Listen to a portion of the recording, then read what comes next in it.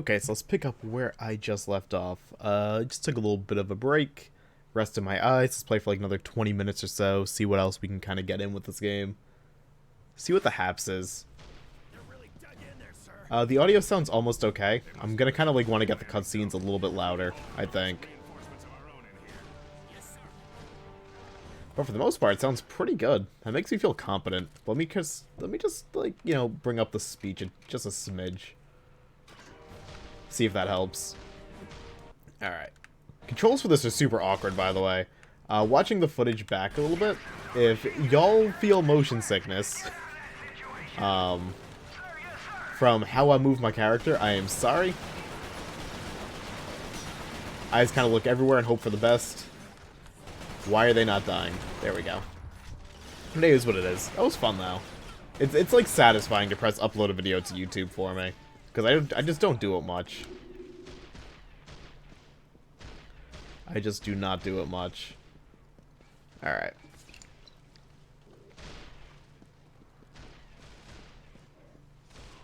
I also just had like a momentary freak out. I'm like, did I press record or did I press go live on Twitch? And I had to double check and I'm like, cool. I definitely pressed record. We're good. Because yeah, that's the thing. Like, I will probably instinctively, at least once while recording these, press go live. Because, as I mentioned before, I've streamed every single day for, like, we're going on 1,000 days in a row, so I just kind of wake up and start streaming, basically. I operate on a very weird schedule. I stream overnight in my region. So, like, I wake up at, like, 11:30 p.m., give or take. And I get up, I stretch out, I take a shower, and I go live, like, with whatever I go live with, right? But it's, like, so ingrained in my day now that I can't imagine not being live for a day. You know, like, if that makes sense, like, I just can't imagine taking a day off anymore.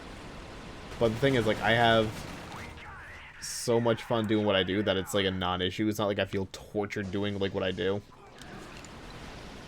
And, like, I'm lucky enough that, like, I'm not getting burned out at all doing this every day. Like, I mean, I'm giving myself bonus content to make. And I haven't given myself a day off from it, like, since 2016. So, like, I do genuinely love doing it. So, I don't know. But, like, I just know, like, instinctively, like, one day I'll hit go live on Twitch as I go to record a video. And I'll have no video, and I'll look at my Twitch chat history, and I'll have a bunch of people, like, super confused. So, that'll be a thing eventually, I think. If I stick with, like, the whole recording thing. I just got shredded in this game, didn't I? I wasn't even paying attention. Not gonna lie. But yeah. It's just, streaming's just kind of a thing I've got so accustomed to doing that I just can't imagine doing much else anymore. And, like, let's be real, I'm gonna be real, like, I've learned a lot since starting the whole thing. I've learned a lot about people, I've learned a lot about, like, how, the whole online creation thing kind of works, how companies work, like, in terms of, like, sponsorships and applying for, you know, sponsors, just things like that. I've learned so much, because when I started streaming heavily, it was 2015 when I started streaming heavily. I did a 1-year challenge back then. Then I did, like, 25 to, like, 28 days a month live. So I'd take, like, maybe one day off a week, maybe, if I wanted to. Then I hopped into this, like, every single day since, like, late 2016 sort of gig. And, like, I've grown a lot, like, through doing this. Because when I started getting heavily into this, I was working, like, a very, like, dead-end, like, low-wage job. There really wasn't much growth opportunity. Kind of felt stuck doing it, and I just kind of, like, wanted to entertain and, like, just feel fulfilled, like, with what I was doing in life. So I decided to do this. I remember I got my first big, I don't want to say big break, but, like, I definitely got, like, my name out there. Because I applied to join a team, the PC Master Race team for Reddit when they ran a Twitch channel. I applied to join that because I had, like, some streaming experience. Like, I've been streaming since, like, '07, like, on Ustream. So, like, I've been doing video game streams for a while, but, like, I never, like, really got far with it, and I was always very on-off. But, like, I started taking it seriously when I got accepted to the PCMR Twitch team. Or it wasn't even a Twitch team at that point. It's still not, but, like, it was a, just a collab thing. Like, they made a Twitch channel called, like, PC Master Race, I think was the name of it. And they just assigned a bunch of streamers to, like, stream for them. And I just did it a lot for them. I was on, like, almost every night for them. And, like, that's, like, when I got, like, a guaranteed audience, like, almost every night. And I was like, oh, yeah, I kind of like doing this. This is super fun. And I translated that to my own channel, and it just kind of grew, right? So, like, I went from, like, that low-wage job, just kind of, like, streaming for a couple of people every single night. And gradually, like, I got lucky a lot. I expanded my content a lot. Like, I've gone through many, many different phases and main games and focuses over the years and, like, what I wanted to do. And, like, Twitch affiliate came out, and that was cool, because I could ditch, like, what was Game Wisp at the time, for, like, unofficial sub buttons. It was basically, like, Patreon for Twitch. But then affiliate came out, and I was starting to get, like, real checks from Twitch, and that was good. Then I got big enough to apply for partner, and I became partner, and just stuff kind of snowballed. And, like, over all that time, I learned so much.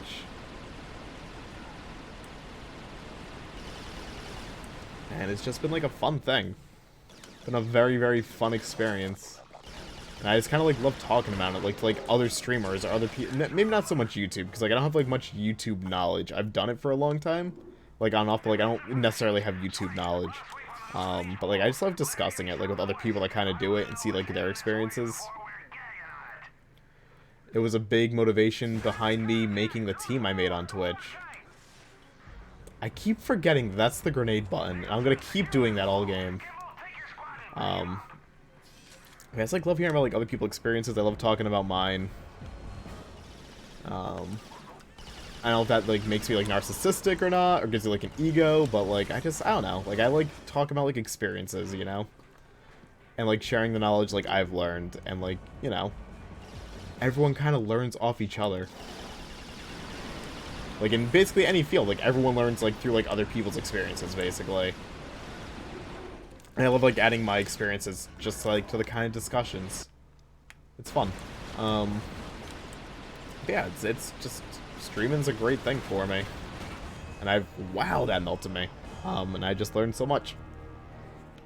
I think I just kind of, like, went on a tangent and said essentially nothing for way too long. But y'all just gotta kind of have to, like, deal with that.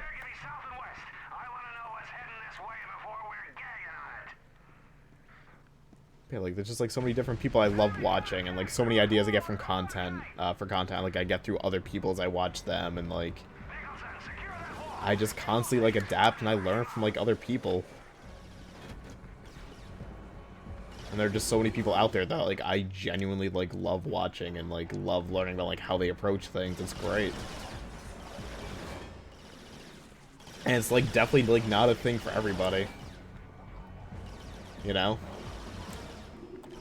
Like, you probably think, like, play a game online sounds perfect for me, let's do it. And, like, I'm sure a ton of people do it, obviously, like, a ton. Like, Twitch has several 100,000 affiliates now, I think.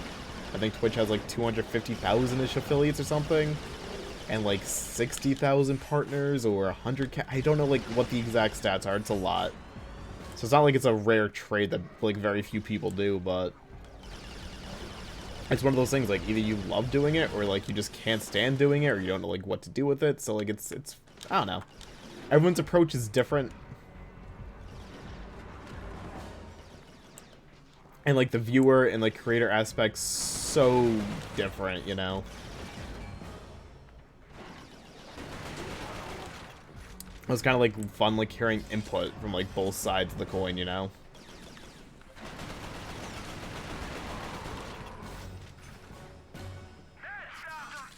Like, I've had, like, so many ideas, like, over the years where I'd, like, discuss it with, like, streamer friends, and they'd be like, yeah, that sounds like a great idea, you should totally do that. And then you give it to, like, viewers, and they're like, the hell is this? So, I don't know, it's fun. It's fun seeing, like, what works, what doesn't, and, like, how, like, people, like, in the creation space will be like, that sounds like a great idea, and then lo and behold, like, the viewers are like, no, it's not.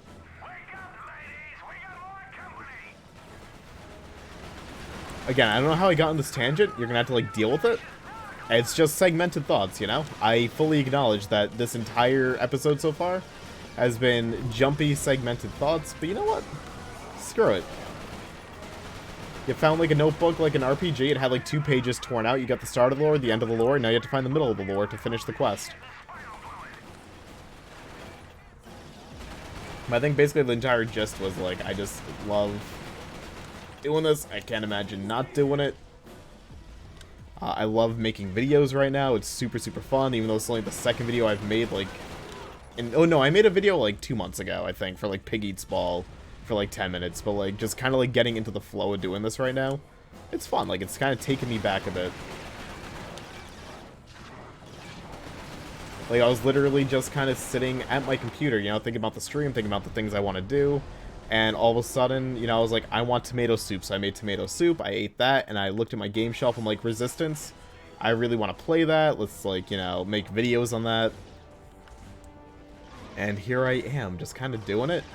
And, you know, it's not like the kind of videos I genuinely, like, love making, you know, like the whole raw footage thing. As I mentioned, I think, the last episode, I think I mentioned that, like, first episode, but...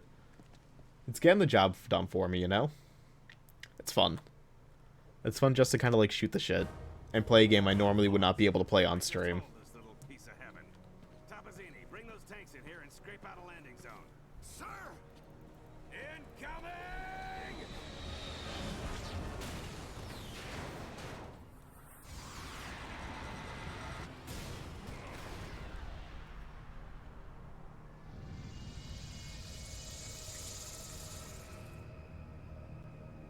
Those are bugs. That the Chimera ended the battle by launching spires. There is no defense against a spire attack. By the time you see them in the air, it's already too late. After impact, the spires release swarms of crawlers. Literally thousands of them can come from a single spire. Whole cities have been infected in minutes. After the crawlers have done their work, the Chimeras send in carriers to collect the dormant victims. The role of the carriers is to transport infected humans to conversion centers. It's at these locations that the Chimeran creatures are born. Hale was brought to a conversion center in the town of Grimsby. My convoy team and I were imprisoned at the same location. We had been captured uninfected, so we were put in makeshift pens until they could infect us.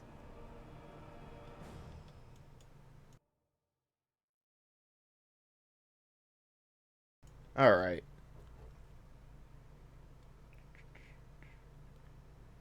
I think this is the level I played up to when I started streaming it, like a couple of months ago. I think this is like where I last left off on my last attempted playthrough, because it's like my 4th or 5th time in life trying to play through this game, and I just like never get far. Mainly either through the sickness or through just, you know, other plans coming up. But yeah, this is the level I definitely left off on. Okay. I barely even spoke about this game, like in the probably like 40-ish minutes I've recorded it now, 30 minutes, 40 minutes, but no, it's really fun. Like, I do genuinely think this is held up really well. I like the challenge there is to it. I like the way the guns feel. It's a good time. No complaints. Hi, how you doing? Why would you take me to prison with your gun? I don't even know.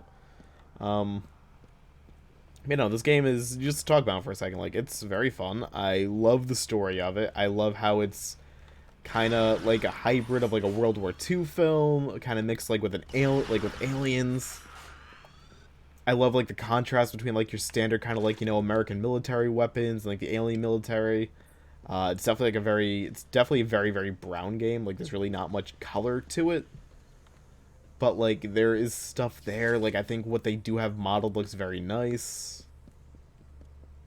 The sound design's good. Like, I'm into the story. I don't know. Like, I'm into it. Like, I love Resistance like as a concept so much. So I hope it kind of like holds up as it goes on.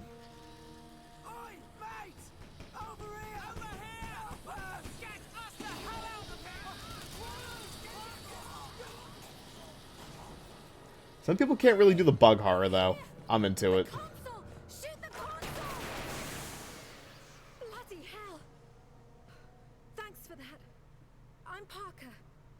Sergeant Hale, 1st Rangers. An American. We thought the Chimera stopped all of you in York. Chimera? Those creatures. Oh, you jammed it.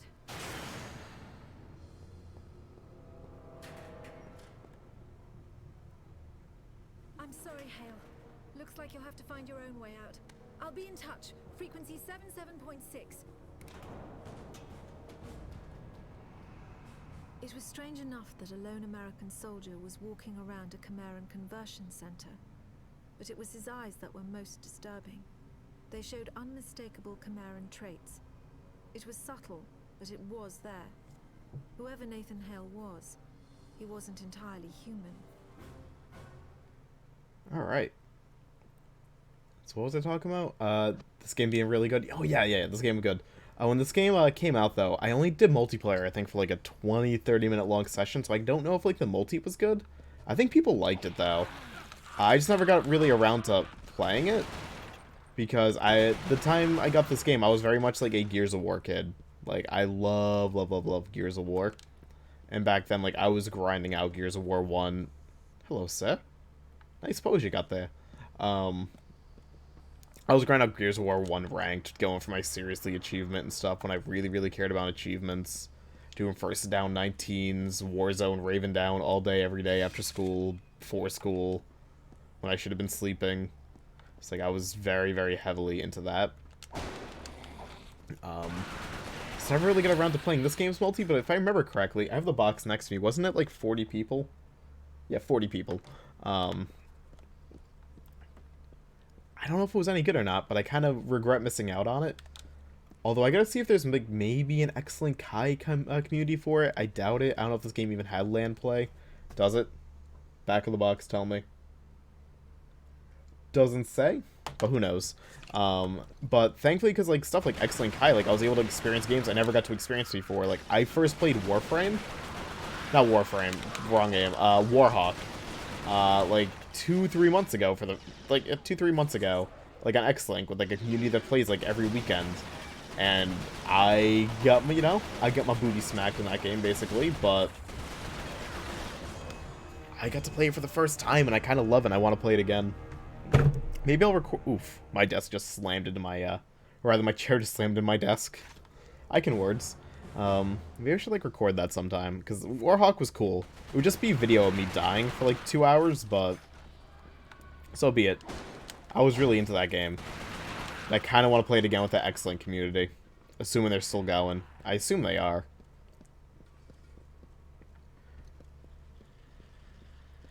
It's kind of crazy, like how some games just like don't die, like they stay alive forever, you know. As long as, like, there's people in the world that love those games, like, they will keep playing them no matter how old it is, no matter, like, how many hoops you have to go through to play them again. And, like, it's cool, you know? When you see that. Like how before they brought back Battlefront 2 servers on PC, and, like, people had to play through, like, stuff like Game Ranger. Like, you know, you wouldn't think, like, many people would download a program called Game Ranger to play Battlefront 2, like, 14 years after it came out, but people did.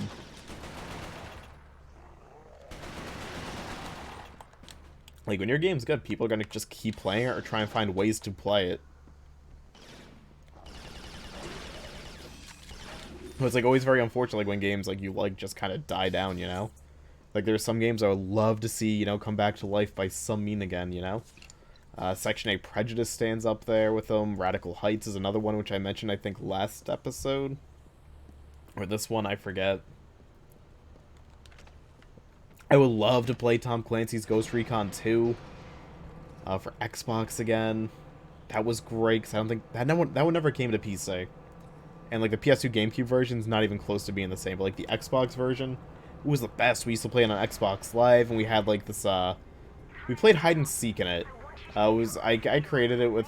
Obviously, I didn't create the game of hide and seek, but, like, I made it, like, a mode between friends. And they had, like, DLC for that game, and you had to download the free pink bunny rabbit outfit, which put you in a bunny rabbit onesie, and you had to go hunting down people as they crouched and prone, like, in bushes, and you had, like, a 10-minute time limit. It was super fun. And you could just do stupid stuff like that. So, like, I don't know, like, I miss games like that. Or maybe it's, like, I don't necessarily miss the games, like, from the era, or, like, the modern stuff, but, like, I miss the games' communities, I should say. Because, like, a lot of games like this have such... Or not like this, but, like, just games I'm saying, like, had such cool communities back then. You know, you just hop in a server, everyone kind of knew each other. And it was, like, kind of like, you know... walking into a family game night every time you joined a server, and people are like, oh, how are you doing? Like, people, like, knew who you were. It's not like the modern era, right? Where it's like you're just kind of like in party chat with people you already know. Like, no one's really socializing, like, with anyone else. Like, I'm guilty of it, too. Like, now it's all just kind of, like, raging at each other, playing competitive together with some bonus rage. Or, like, you know, text messages back and forth after you have a good game with someone. Like, maybe you'll want to party up with them, but, like, I feel like the era of just kind of, like, joining, like, a casual game and just kind of, like, playing with people you never met before and talking to them and having a good laugh, that era is kind of gone. Which is a little bit sad. It's like way back, like you'd start up, let's say, like, you know, Halo 2, and like you'd go into like Team Slayer, and like everyone had a mic. It was nobody you knew before. You'd all talk to each other. Some dude would finish up, be like, I'm hosting private games, want to join my group, and bam, now you're like in a group of like 16 new people that you never knew before, and now you have a bunch of new friends, and like I feel like that's kind of gone now, which is sad. But like I think that's kind of been replaced now by like Twitch. Or, like, other streaming services, or, like, to an extent, like, YouTube and things like that, like, where communities kind of, like, learn, you know? Not learn, but, like, meet each other and start playing games with each other. Because they met each other, like, on Twitch chats, you know? Like, my community has a lot of people that became friends, like, through my chat, and, like, now they play games together all the time, and, like, that's really cool. As a content creator. I think that's super cool.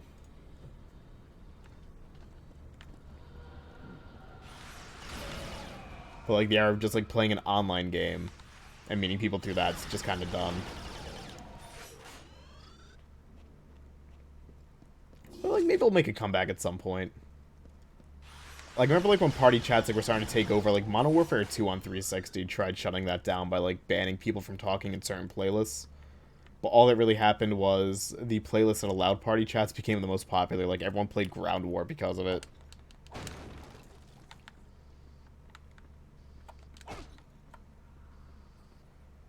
But I really do miss people just kind of, like, talking to each other and just being nice to each other, like, playing games. Like, you have, like, some dickbags here and there, but I met some really close friends through that I talked to for years. And years. Not as much anymore. Because, you know, times change. But, for years and years, I had, like, a nice group of friends I'd play games with, and I met, like, through Xbox Live and stuff. Or through Steam, I met a lot of cool people, like, in CS 1.6.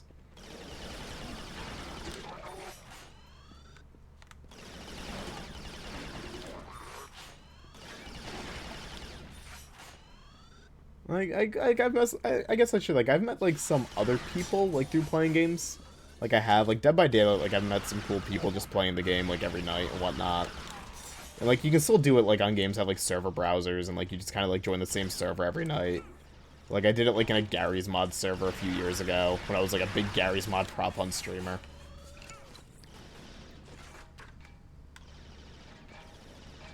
Like, it still happens, but, like, nowhere near as much as it used to, and I miss it. But times change, things evolve, you know. Is what it is. I kind of just feel old, like, talking about stuff like this, like, in retrospect. Like, I feel like the old, like, grandpa going, like, well, back in my day, you know? But is true, though. Where am I getting shot? Here we go. Oh, God, I'm almost dead. I just noticed. Is there health over here anywhere? I really need help. We're going to talk about the game for a second, because this game gets really hard. And I think it's mainly because I suck with analog sticks, and I'm barely paying attention as I ramble right now, but, you know, that's what I do on stream, too. It's my thing.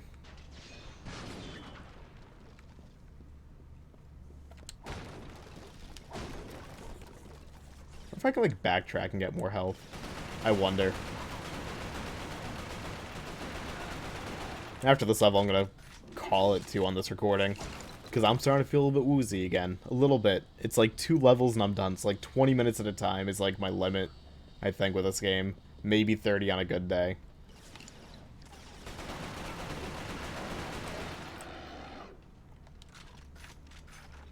Yeah, so far so good. This game is like actually really fun. I'm happy. But I have to imagine this level's probably getting close to the end now. I'd imagine. Like, we're almost out of this, like, thing. And I think I stopped playing this game around here, too. Like, I don't think I even finished this level when I streamed it. But I'd imagine this is probably close to the end. Yeah.